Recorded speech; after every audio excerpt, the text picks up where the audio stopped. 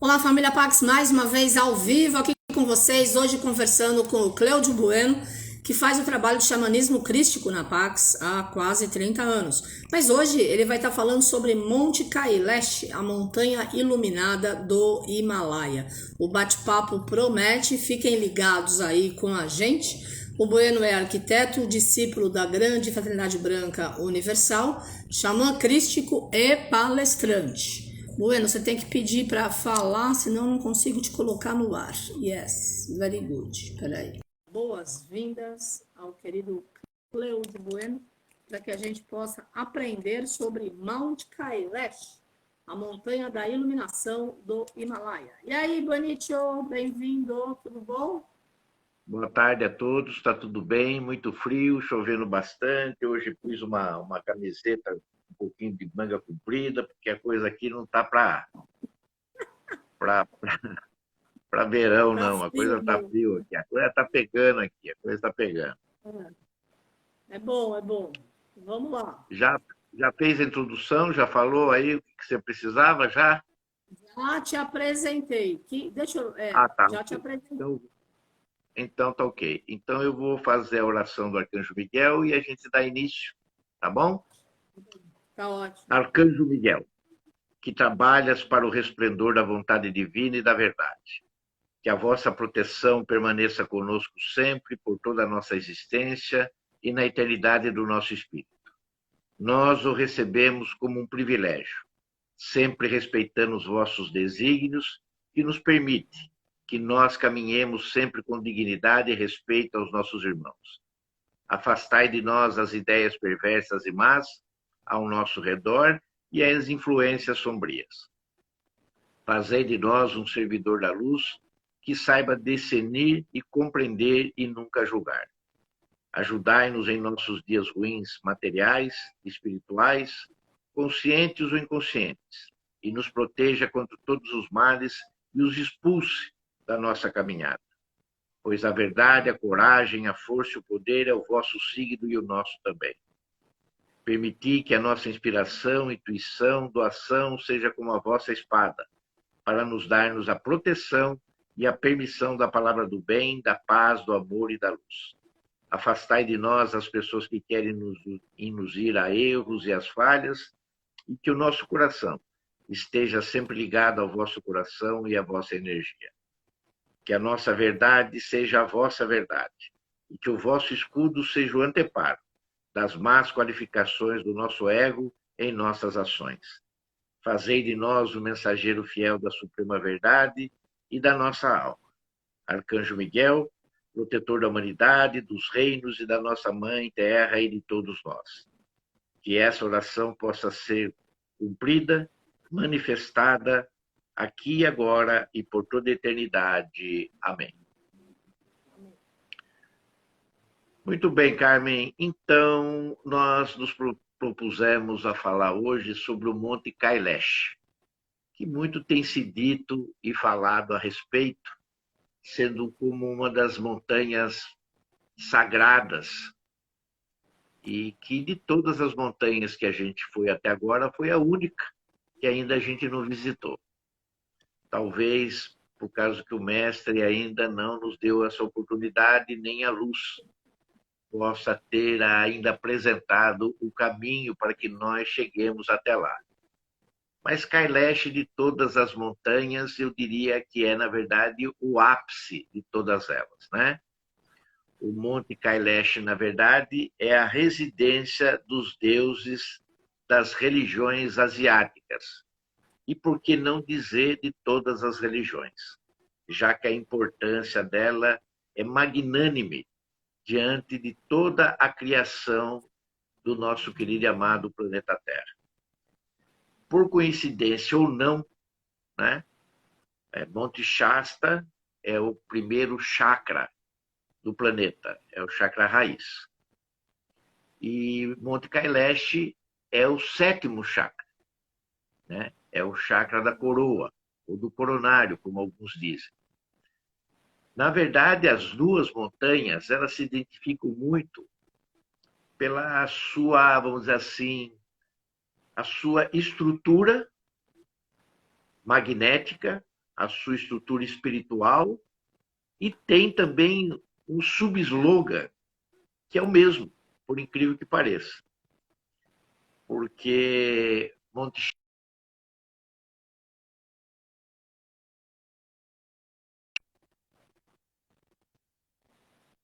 Charro, ou põe na vidraça, põe em algum lugar, né? Até no próprio vidro do automóvel, a gente põe às vezes, né? Está escrito lá, Monte Shasta, né?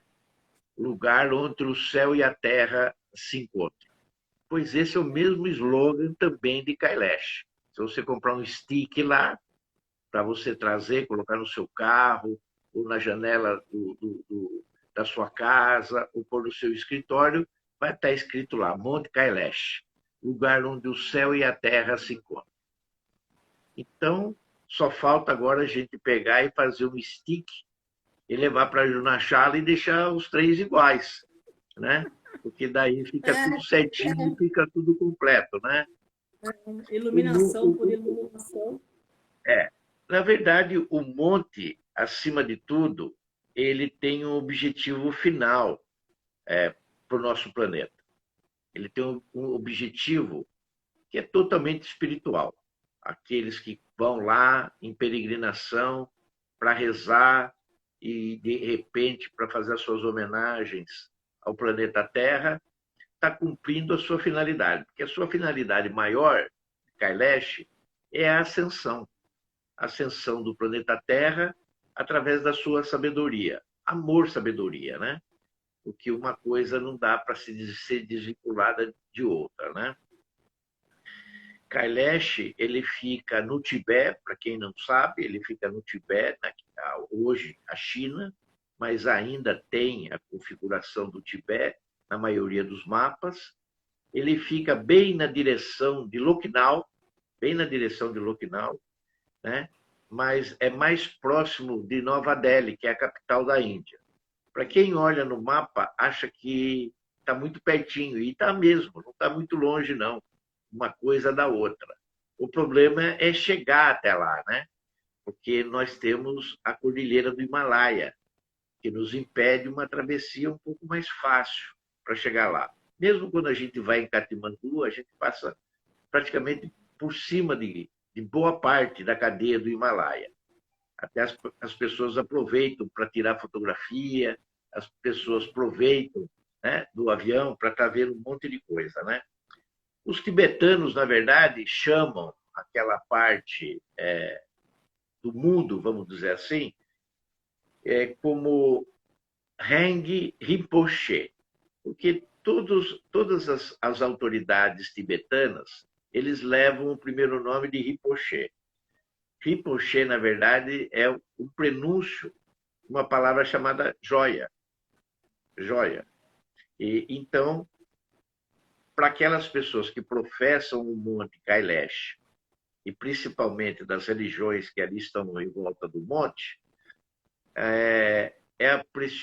o nome que se daria para o Heng Rinpoche seria a preciosa joia da neve, por ela estar incrustada num dos lugares, vamos dizer assim, mais santos que a gente tem aqui no planeta, né? Por outro lado, a gente tem que entender que ela não tem uma altura tão elevada como, por exemplo, tem o Everest, tem o K2, tem o Kangchunga, né? Mas ela tem uma elevação que, para nós aqui sul-americanos, é uma coisa assim muito acentuada. Ela tem 6.714 metros de altura. Quer dizer que se a gente tivesse que levar em consideração o monte mais alto, uma montanha mais alta que a gente tem aqui no Brasil, que seria o Pico da Neblina, nós teríamos quase 3.000 metros de diferença. É muita coisa, né? E ela faz parte de uma cadeia de montanhas com um nome bastante singular. Kailash faz parte da cadeia de montanhas que se chama Monte Nerus. Monte Nerus.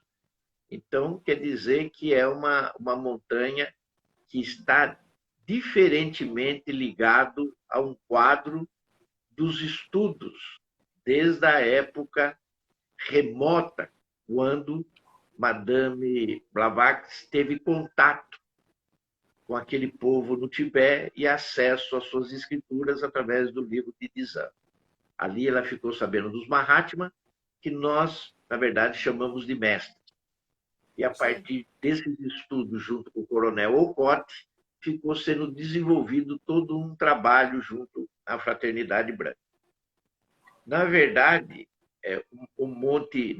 os montes, mas mais praticamente o Monte Neru, que está mais à sua direita da montanha, é um lugar onde todos dizem que escutam vozes que estão ali perto, aqueles que acampam, aqueles que dormem junto ao pé do Monte Kailash.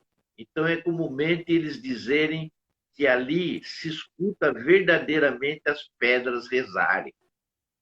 Porque por causa vamos dizer assim, dessa comunicação, desse sentido auditivo, dos sentidos das pessoas que ficam ali, né, para poder rezar e, ao mesmo tempo, escutam diversos movimentos que vêm de dentro da montanha. Então, aqueles que estão deitados, estão apoiados, né, nos acampamentos ou no chão, através das suas esteiras, das suas camas de acampamento, ouvem barulho, né, que vem através do solo. Então, é comumente dizer que ali, além de ser a residência dos deuses, é onde as pedras rezam.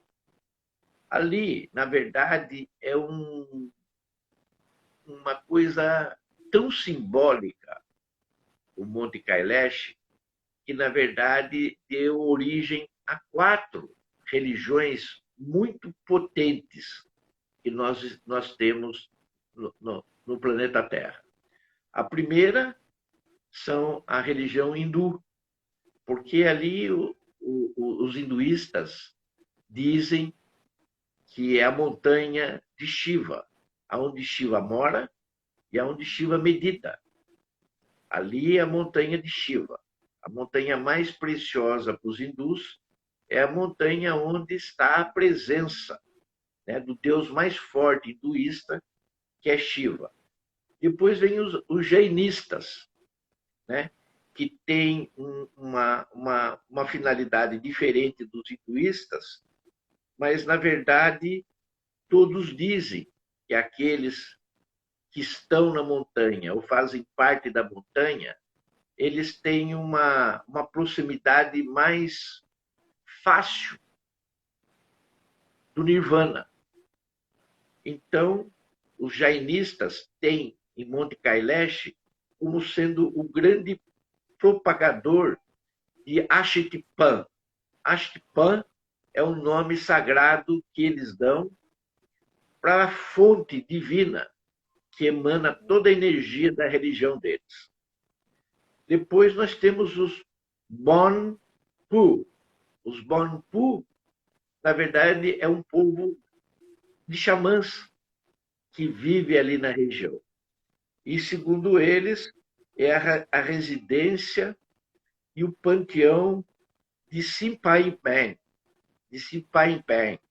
que é, na verdade, o grande criador de tudo e de todas as coisas. E depois, por final, nós temos a religião budista, mas a budista tibetana, que nós temos 2 correntes de religião budista, né? Uma que interpreta o Buda de uma determinada maneira e outros que interpretam o Buda de uma outra maneira. Essa visão dos budistas é a residência de Sherenshin. Sherenshin, na verdade, é o grande criador que veio através da sua primeira encarnação e, a partir dela, todos os Dalai Lamas seguiram em suas reencarnações. Então, é a encarnação, vamos dizer assim, de Sherenshin, é do Dalai Lama, que é o 14º lama dessa cadeia de lamas que saiu de Sherenshin, né? Então, a visão budista é mais ou menos igual à visão, vamos dizer assim, egípcia, né? Porque, segundo o primeiro que veio na cadeia de todas aquelas cronologias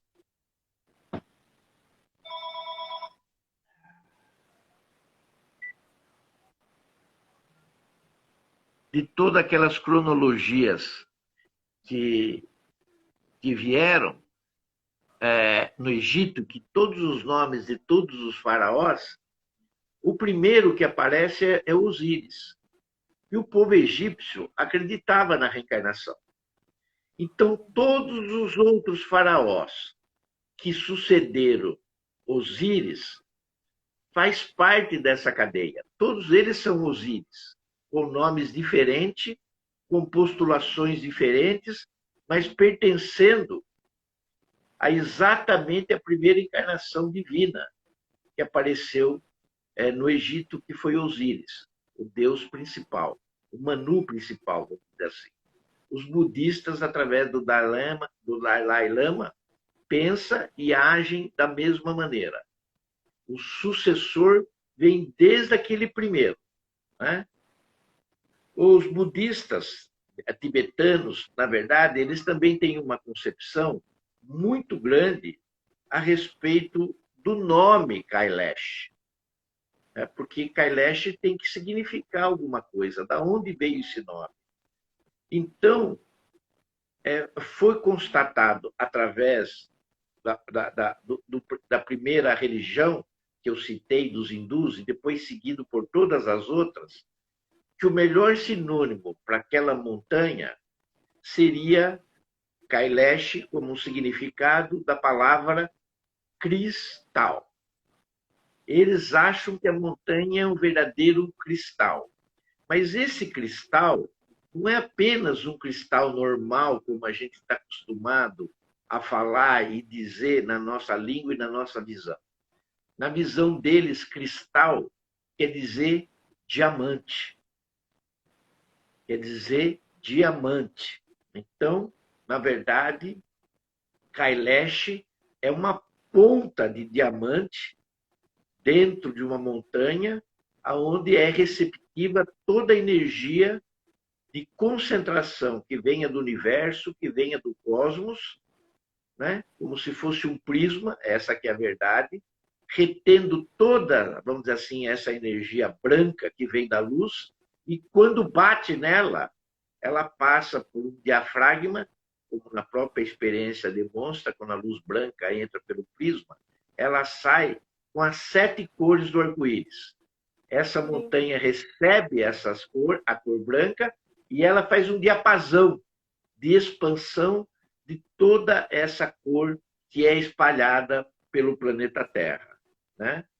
Eles têm a visão clara, né? Que Kailash é o cume, é o teto do planeta Terra. É o teto do planeta Terra.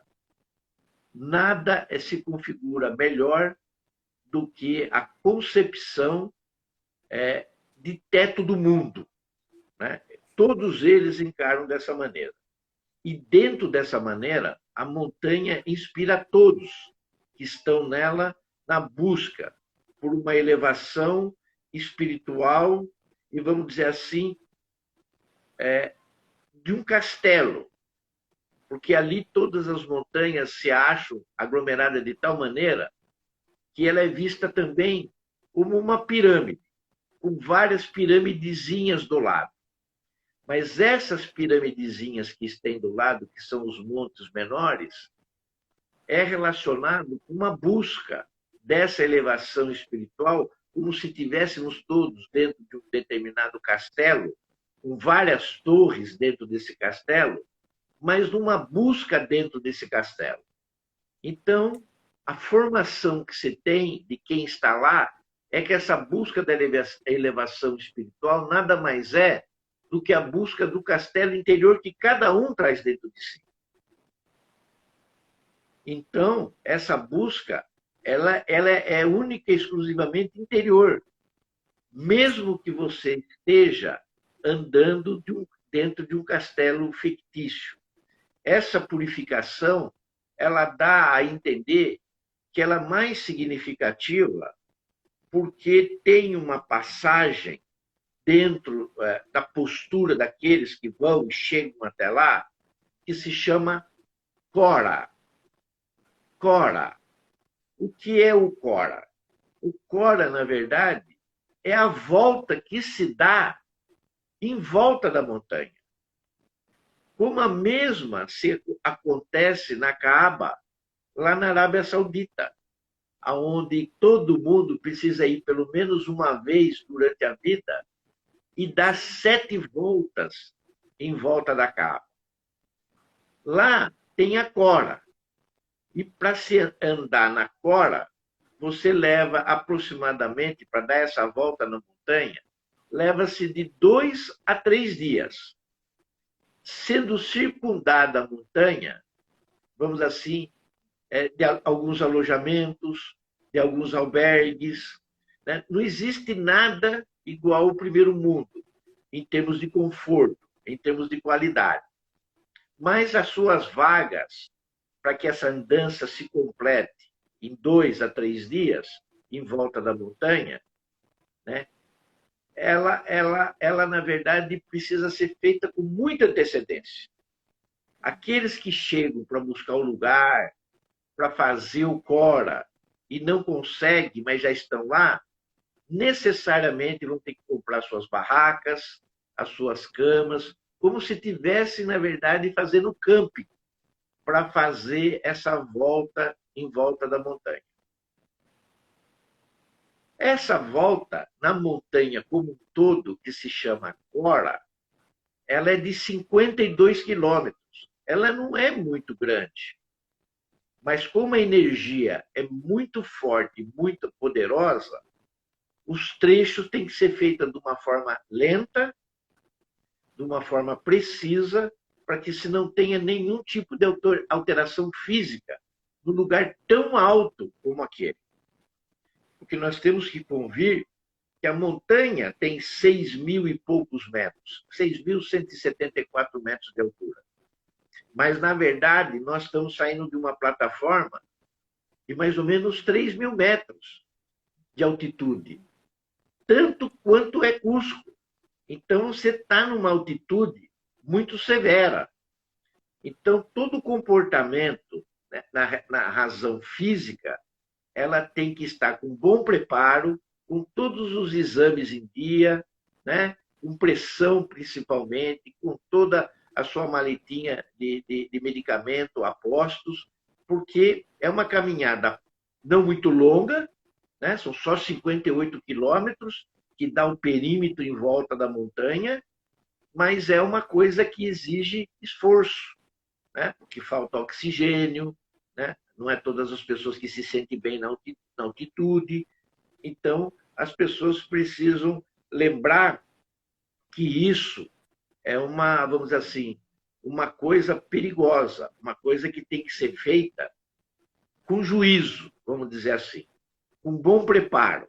Não é dar o estalo e falar, vou para Kailash, como a gente às vezes faz para Monte Shasta e como às vezes a gente faz lá para Arunachala, né? Precisa um preparo. Eles dizem que o melhor ano para se ir é o ano do cavalo. É o ano do cavalo, porque lá o signo é a base da energia lunar. Tudo é feito em cima da Lua. Então, o ano do cavalo é sempre o melhor para ser feito esse tipo de coisa. Né? As pessoas também, no ano do cavalo, a maioria deles ascendem durante esse ano para Monte Kailash, aqueles que não têm condições de ir,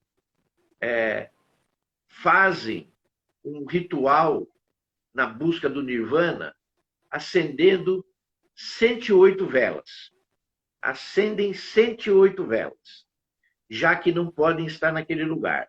Estando naquele lugar e não podendo acender a vela, eles fazem 108, vamos dizer assim, orações daquelas dos sinos tibetanos que a gente está acostumado a ver, né, nas estupas, você fazendo aquilo 108 vezes no ano do cavalo, ou na peregrinação da época que você escolher. Porque a montanha, em diversos pontos dela, desses 58 quilômetros que tem em volta dela para se fazer o Cora, os sinos das orações, eles estão lá para você rodar.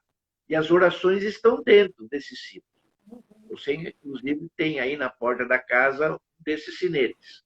Então, a gente roda 108 vezes a oração que tem ali dentro para que a gente faça o circuito completo.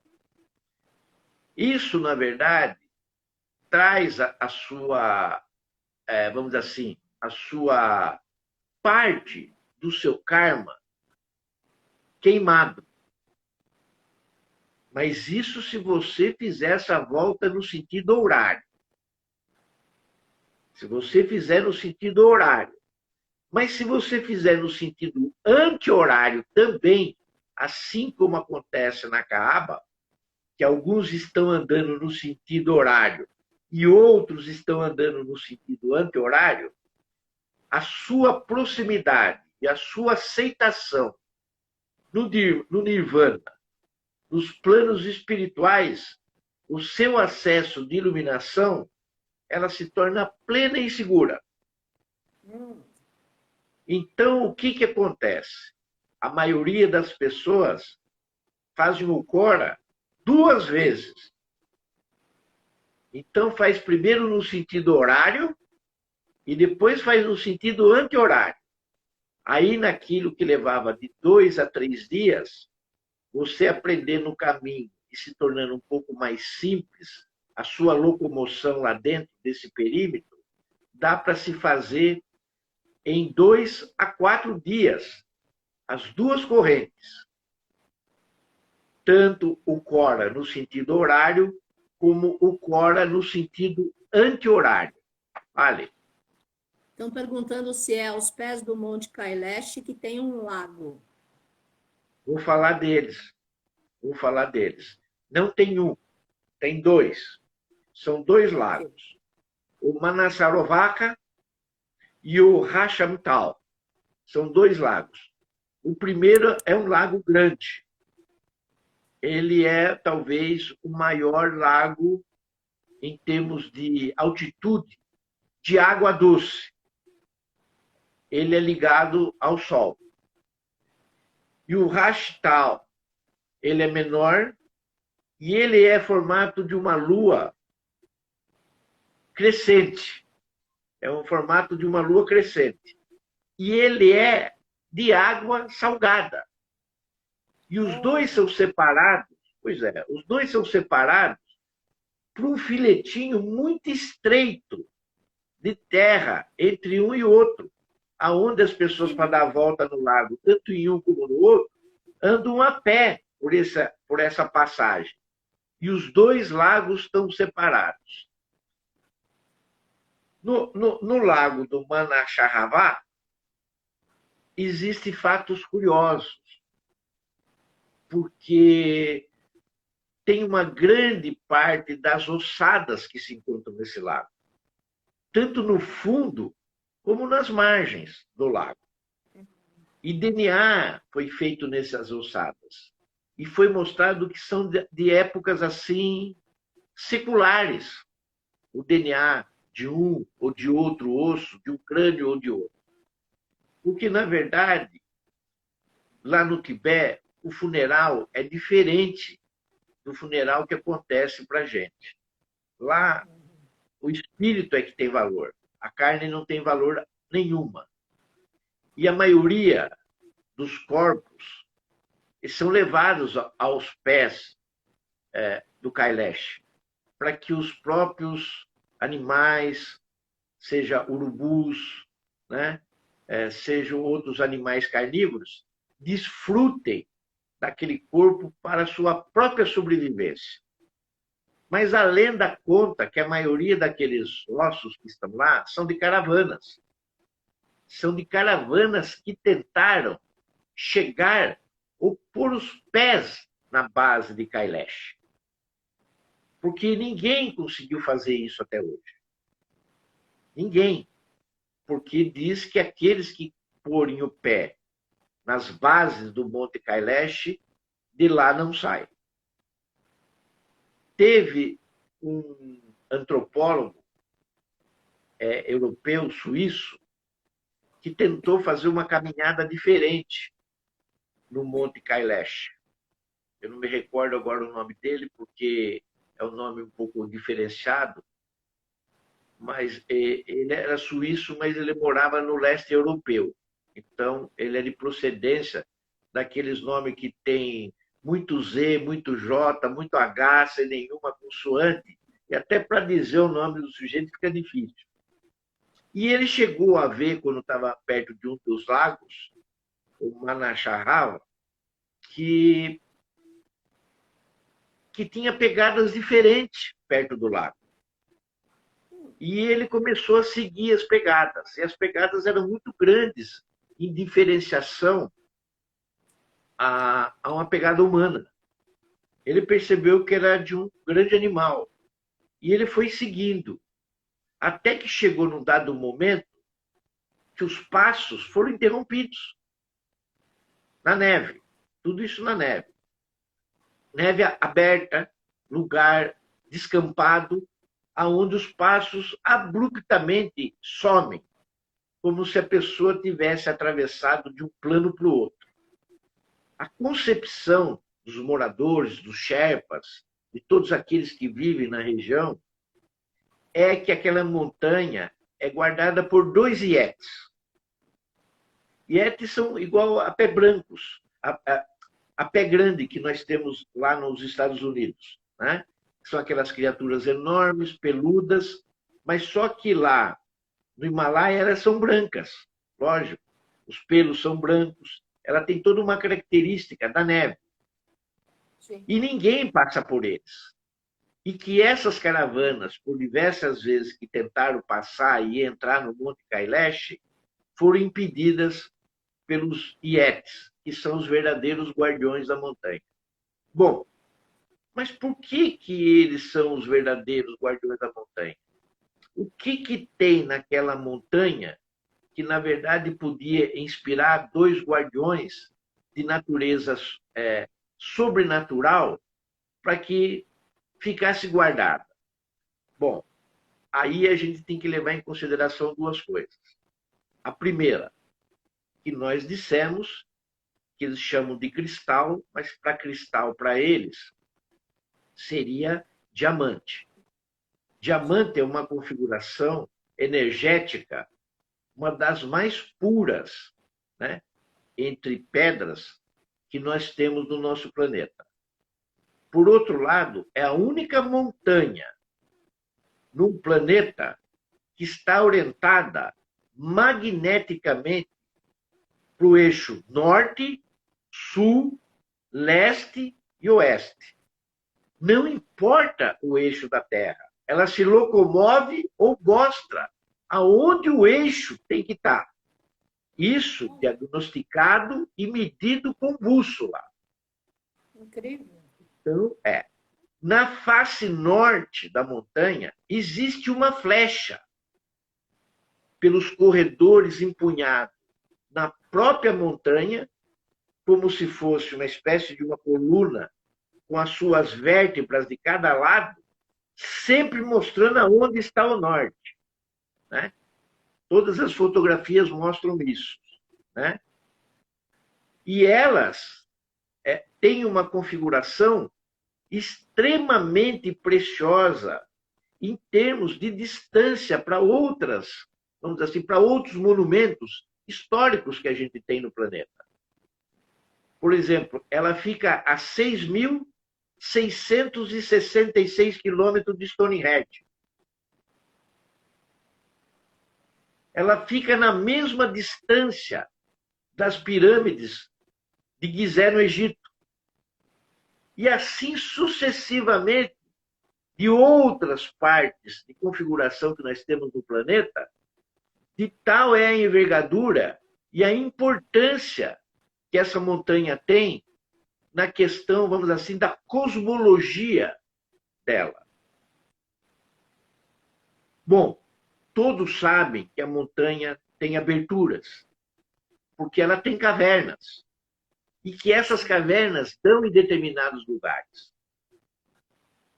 Esses determinados lugares que a gente fala são dois, praticamente. É a Agartha, que seria um continente intraterrestre, assim como aconteceu os continentes da Lemúria, de Mu, e os continentes de Atlântida na superfície, existe um continente interno, com um Sol que está dentro, que é também chamado de Sol central, mas não é aquele cósmico, não é o logo sideral, é uma plataforma de luz que é chamada de Sol central, que pode ser muito bem exprimida como o magma da Terra, ou alguma coisa que dá a luz necessária para a vida, cercada também de todo, vamos dizer assim, de um solo subaquático, aonde tem água, né, para que haja a vida intraterrena. E nessa localidade de abertura de uma dessas cavernas, ou de entrada que existe dentro da montanha, se leva, então, também para a cidade santa, que a Fraternidade Branca sempre disse nos seus estudos, nas suas instruções, nas suas canalizações, como sendo também a cidade de luz de Shambhala, aonde foi o primeiro, vamos dizer assim, a primeira construção etérea que se deu num lugar que se chamava Lago Branco ou Ilha Branca. Tem essa diferenciação em alguns ensinamentos. Eu gosto de pensar numa Ilha Branca. Hoje, essa Constituição nos é dita que ela fica num lugar próximo ao deserto de Gobi, na Mongólia. Alguns dizem que não. Ela está na proximidade, mas você tem que entrar dentro do Monte Kailash, para que você saia aonde está Shambhala. Que só alguns convidados mesmo podem assistir esse tipo de cerimônia, que é onde se cristaliza no Festival de Vesak, na lua cheia de Touro, né, a vinda, vamos dizer assim, do Buda, que é o Senhor do mundo, hoje é o Senhor do mundo, dando e cristalizando as bênçãos e as graças para o planeta Terra, por mais um ano. E que vem com o seu irmão. Vem com o seu irmão, que é o Cristo. No caso, o próximo Cristo cósmico, que é o mestre Lord Maitreya, Bodhisattva, que nós estamos aguardando, junto com outro ser, que é o Mahashohan, né? Hoje, na qualidade do bem-amado mestre Paulo Veneziano, formando assim a vinda do Pai, do Filho e do Espírito Santo, né? Nós temos também o Vaivasvata, que é, na verdade, o Manu, que gerencia o Pai do Raio Azul, que também fica ali junto, vamos dizer assim, ao altar da cerimônia de Vesak nesse momento. Bom, falar do Monte Kailash é sempre falar de um lugar meio santo. Porque na primeira raça, a configuração que se tinha do planeta ela era totalmente etérea. Não existia nada físico, era totalmente etéreo. E nessa cristalização do etéreo, através do verbo, através da consciência, do sentimento, é que está sendo plasmado o planeta como nós encontramos hoje. E, na verdade, isso tudo foi configurado no Polo Norte. Mas quando a gente fala Polo Norte, nós temos a concepção que o Polo Norte é o estado geográfico que hoje nós conhecemos. E esse é um dos paradigmas que o mestre Saint-Germain eu achei que ia mudar em nós. E que ele vem mostrando, através de todas as nossas vivências, que nós temos que quebrar essa matriz. Que nós temos que quebrar isso de uma certa maneira. Por que eu digo isso? Porque nós temos, por exemplo, o Lantaitambo, que você conhece tão bem e que eu também conheço. Aquilo que são aquelas pedras megalíticas que tem lá, que até alguns dizem que são páginas de um livro que estava sendo escrito, tamanha a tonelagem daquelas pedras. E aquelas pedras, elas não batem geometricamente, se nós tivermos que orientar elas voltados para esse norte magnético, nós não temos condições de dizer que elas estão orientadas. Eu posso fazer isso com o Paternon, eu posso fazer isso com as pirâmides do Egito, eu posso fazer isso com Stonehenge, eu posso fazer isso com vários outros monumentos, as pirâmides maias, eu posso fazer isso com várias outras localidades onde a gente tem monumentos importantes. E nenhuma delas bate com o norte magnético. Porque o norte geográfico para o norte magnético, a diferença é muito pouca em relação um ao outro.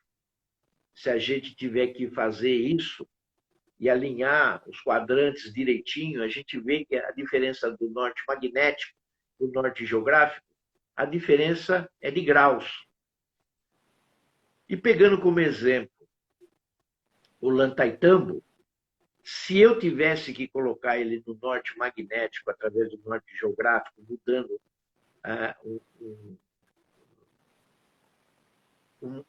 uma planilha matemática algorítmica, eu ia ver que na oportunidade, quando ele foi feito, o Lantaitambo foi construído, que segundo esses algoritmos mostra que tem mais de 10.500 anos atrás, quando a gente pensa que a humanidade ela é de 5.000 anos, mas isso já mostra que ela existe há muito mais tempo, e ele, enquadrando perfeitamente o norte geográfico, o norte magnético, a gente vê que na época que ele foi construído, vamos dizer assim, o norte magnético, o norte geográfico, aquilo que a gente chama de polo, né? O polo ártico, né? Que seria onde é o Cucuruto, ele daria justamente lá onde está o Estreito de Bering, onde estão as Ilhas Aleutas. Se eu fizer com o Panternon, vai dar na Baía de Hudson, lá onde estão os lagos superiores entre o Canadá e aonde estão os Estados Unidos. Então a gente vê que o polo, na verdade, ele mudou várias vezes durante milênios e eras da própria construção desse mundo que a gente tem hoje. Então, lá na primeira raça, quando o mundo ainda era só etéreo, e eles falam de Polo Norte, e aonde foi, na verdade, criada uma espinha dorsal, a primeira espinha dorsal como coluna vertebral do planeta, né, foi a Cordilheira do Himalaia. Eu penso, pelos estudos, pelas leituras que eu fiz, que um dia essa montanha ela fez parte do Polo Norte. Kailash é o centro do Polo Norte. Por isso que, conforme ela se movimenta, o planeta e o eixo magnético dela se movimenta junto com ela. Como se uma pirâmide estivesse dentro daquele monte, orientando cada vez que esse eixo magnético ele se movimenta. Mas ele não se movimenta através do que acontece fora dele. Ele se movimenta através das constituições que a própria Cordilheira do Himalaia dá para que a configuração planetária ela se mostre no eixo dela e de uma harmonia para que não se desestruture o planeta como um todo. Ou seja, através dos seus terremotos, através dos seus vulcões, dos seus tsunamis, que ela se movimente de uma forma mais harmoniosa. por isso que as pessoas ultimamente, não sei se está acontecendo com a maioria, mas pelo menos comigo vem acontecendo, diante desse momento que a gente vive na pandemia, é que muitas pessoas sentem tontura, muitas pessoas se sentem, às vezes, meio deslocadas no tempo e no espaço, né? Começa a bater nos batentes de porta, né? Tem dificuldade, às vezes, quando levanta da cama, dá aquela coisa de, opa, vou cair de novo, né? E daqui a pouco se apruma novamente. Porque sem nós percebermos, o eixo ele vai sendo mudado magneticamente para que o planeta como um todo não sofra um cataclisma. A gente tem que entender que a energia da Terra ela é espacial. Ela não é só especial, ela é espacial. Ela vem mais de fora, mas é de dentro que, na verdade, ela surge com seu magnetismo. Por isso que as pessoas que vivem lá, dessas 4 correntes religiosas, dizem que essa elevação espiritual é como um castelo interno. E você tem que percorrer ele, as suas salas, os seus salões, para que você possa conhecê-lo bem, para que você possa ser elevado. E tem a questão também simétrica, né, dessa montanha. Porque a simetria é uma das coisas que já vem também lá do tempo do Egito. Tudo no Egito é simétrico. A simetria no Egito é uma coisa fantástica. Tanto as pessoas dizem, né, que existe uma outra esfinge. Porque é impossível ter uma só. Porque a simetria egípcia ela é muito grande. Só que essa simetria, se nós temos aqui a esfinge voltada para o leste, a outra só pode estar voltada para o oeste.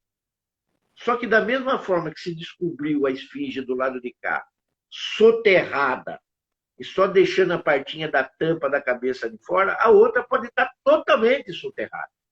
E ainda não descobriram onde ela está. Então, essa questão da simetria é uma questão assim que tem que ser vista uma forma bastante de uma forma bastante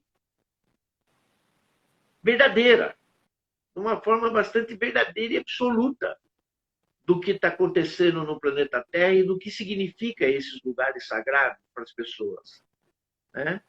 Porque é onde você pode dar um salto dentro do seu castelo interior, aonde você pode, de repente, ver um prisma diferente daquilo que nós estamos vistos nos nossos paradigmas. Outro dia eu estava pensando, a última vez que eu adquiri, acho que nós estávamos em Chicago, e eu comprei aquelas bolinhas que é de água com cristal, né, que vem por cima, que a gente chacoalha assim, e cai as neves, cai as estrelinhas, cai umas luzinhas lá dentro, né? Às vezes eu vejo que nós somos isso. E que fora disso nós não temos o entendimento ainda correto do que está acontecendo. Porque a nossa crença é daquilo que a gente vê e acredita. E o mestre tem dito sucessivamente que a gente precisa quebrar os nossos paradigmas. Os paradigmas nada mais são do que as nossas crenças velhas, antigas, sobre determinadas coisas que não faz parte desse mundo e que foi nos colocado como sendo verdadeiras. Portanto, a materialização da forma do Ocidente, onde nós estamos, com o Oriente, ela tem que ser feita por essa união espiritual. Porque se ela não foi feita por essa união espiritual, nós jamais vamos conhecer a verdade, não digo a absoluta, porque é essa do Criador, mas chegarmos um pouco mais perto do que ela significa. Então, falarmos desse momento entre Oriente e Ocidente e tentarmos ver o que cada um tem e unirmos as novas crenças, podem estar sendo quebradas esses paradigmas para que a gente possa conhecer um pouco mais da verdade e desse momento singular, que é a busca da cura, que é a busca da prosperidade, que é a busca da abundância, que é a busca, na verdade, daquilo que nós chamamos de felicidade. Só que a felicidade é uma coisa muito ampla. O que você quer da sua vida? Eu quero ser feliz. Bom, mas ser feliz é um negócio muito complexo. O que você precisa agora? Agora eu preciso pagar a conta do gás na segunda-feira. Se nós não vibrarmos nesse sentido de buscarmos nossas necessidades, as nossas prioridades, a gente fica num patamar muito aberto, muito sem nexo. E a gente fica vibrando, já que toda energia tem vibração e ela é postada por ondas, né? E através da vibração é que você consegue fazer a sua realidade ser transformada e manifestada naquilo que você está se concentrando, naquilo que você tem foco, naquilo que seja a sua meta, o seu plano, o seu sonho, o seu projeto, os seus desejos, ela fica perdida naquilo que todos nós conhecemos como inconsciente coletivo. Porque é tão perdido a noção dos nossos pensamentos e dos nossos espaços, por falta dessa concentração e objetividade, que ele imediatamente é imantado nessa rede magnética que a gente tem em torno da Terra. Que é, na verdade, uma egrégora, né, que a gente vai fazendo. A gente vai fazendo uma egrégora. A gente vai fazendo uma egrégora num planeta onde, às vezes, não é aquilo que a gente quer construir. Então, fica uma coisa meio sem sentido. Uma coisa que você luta por uma coisa que você não está conseguindo criar. E, ao mesmo tempo, somos cocriadores de uma coisa que devia ser a nossa realidade transformada e que a gente vem mantendo ela igual por milhares e milhares de anos. Né? A montanha ela é tão categórica nas suas coisas que, se você quiser ver OVNI todo dia, é lá que você tem que ir. Não é outro lugar. É lá que você tem que ir. Né? Se você quer escutar barulhos diferentes que venham do som de dentro da Terra, é lá que você tem que ir. Né? Ela tem até um desenho numa suas faces, construída pelos sulcos da própria montanha, quando ela não está cercada de neve, ela está um pouco derretida, quando é Monte Shasta, que a gente vê aquele coração, ou vê um anjo com asas abertas, vê uma suástica, que é o sinal de boa sorte, que no passado foi usado de forma diferente. Né? A gente tem ali a configuração, e eu estava dizendo, né, entre os jainistas, entre os Mon, que existe uma dialética de que ninguém nunca subiu a montanha, mas existem histórias e lendas que o primeiro ser que subiu e chegou ao Nirvana foi Miralepa, que é um contador de histórias que tem na região e que é difundido hoje de uma forma assim muito interessante. Além de ser uma montanha que dá origem para os 4 rios principais de 4 países. Né? Da Índia, que é o Ganges, do Paquistão, no Tibete e no Nepal. Cada uma das suas vertentes dos 4 lados dessa montanha. É um negócio meio absurdo, porque isso não é coincidência. Isso não é coincidência. Além de ela, no seu contorno das outras montanhazinhas, vamos dizer assim, das outras piramidezinhas que estão ao seu redor, se tivéssemos que passar um lápis, visto de cima, e a gente tivesse que passar um lápis nela, e contornando o ponto que cada uma delas tem, daria exatamente aquela grade, aquele desenho que a gente tem no DNA. Então, é uma coisa assim meio maluca, né? Porque quanto mais a gente estuda a montanha, mais a montanha nos mostra as faces de algumas coisas que a gente não conhece. Você quer falar alguma coisa? É isso? Está no fim? Você tem 5 minutos. Bom, Kailash, para mim, é uma montanha iluminada. Sim. É uma montanha iluminada, por si só. Porque na face sul da montanha, quando na primavera ou no verão, e aonde dá para se ver perfeitamente a encosta, e você, não sei se você se lembra, quando a gente subiu o Tide Hill, lá em Darjeeling, num dia de manhã, para ver o nascimento do sol, enquanto todo mundo olhava o nascimento do sol, a gente olhava a face da montanha Quingchunga, onde o sol batia e ela ficava totalmente alaranjada. Pois é, Sim. lá em Kailash, na face sul, né, na parte mais lisa da montanha, quando o sol bate e as pessoas estão olhando para o sol, a montanha inteirinha, porque ela está um pouco sem neve, e bate o reflexo desse sol na montanha, que é granito, praticamente granito, como se fosse uma das faces de uma pirâmide lá do Egito, ela fica totalmente dourada. Ela parece ouro, inteirinho de ouro, entendeu? De tão lindo que é a magnitude. Eu quero agradecer, então, a presença de todos vocês que estiveram conosco nessa tarde. Eu tenho ajudado a mostrar um pouquinho mais do que é essa montanha sagrada de Kailash, que entre as montanhas ela é o ápice. Numa ponta está Monte Shasta, na outra ponta está Arunachala, e aqui no ápice é Kailash.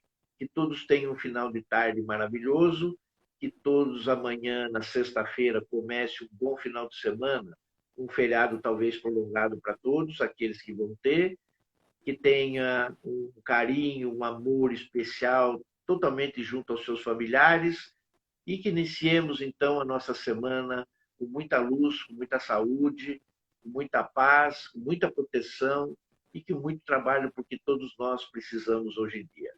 Carmen, gratidão pelo convite e quero que Kailash, a montanha iluminada do nosso querido e amado planeta Terra, seja o teto da esperança de toda a humanidade. Que assim seja. Amém. Amém. Gratidão, Bueno. Beijo. A Malu Prado escreveu que ela esteve lá no Monte Kailash. Ela está aí com a gente na live. Eu agradeço a todos vocês. Amanhã, às 5 da tarde, não tem Instagram. Nós estaremos no Zoom fazendo a nossa celebração do Halloween. O sarau do Halloween da Pax, com a Vivi Keller e convidados. ID e senha está publicado nas nossas mídias, inclusive aí no IGTV do Instagram. É gratuito, vai ser tudo de bom. Amei conhecer mais sobre Mount Kailash. Talvez o mestre não tenha enviado a gente lá, porque é perto do Tibete. É mais complicado do que os outros lugares, né? Mas estamos aí para servir o plano maior. Adorei conhecer essa montanha através da tua energia e do teu compartilhar. Então, gratidão, Bueno. Gratidão, namastê, família Pax.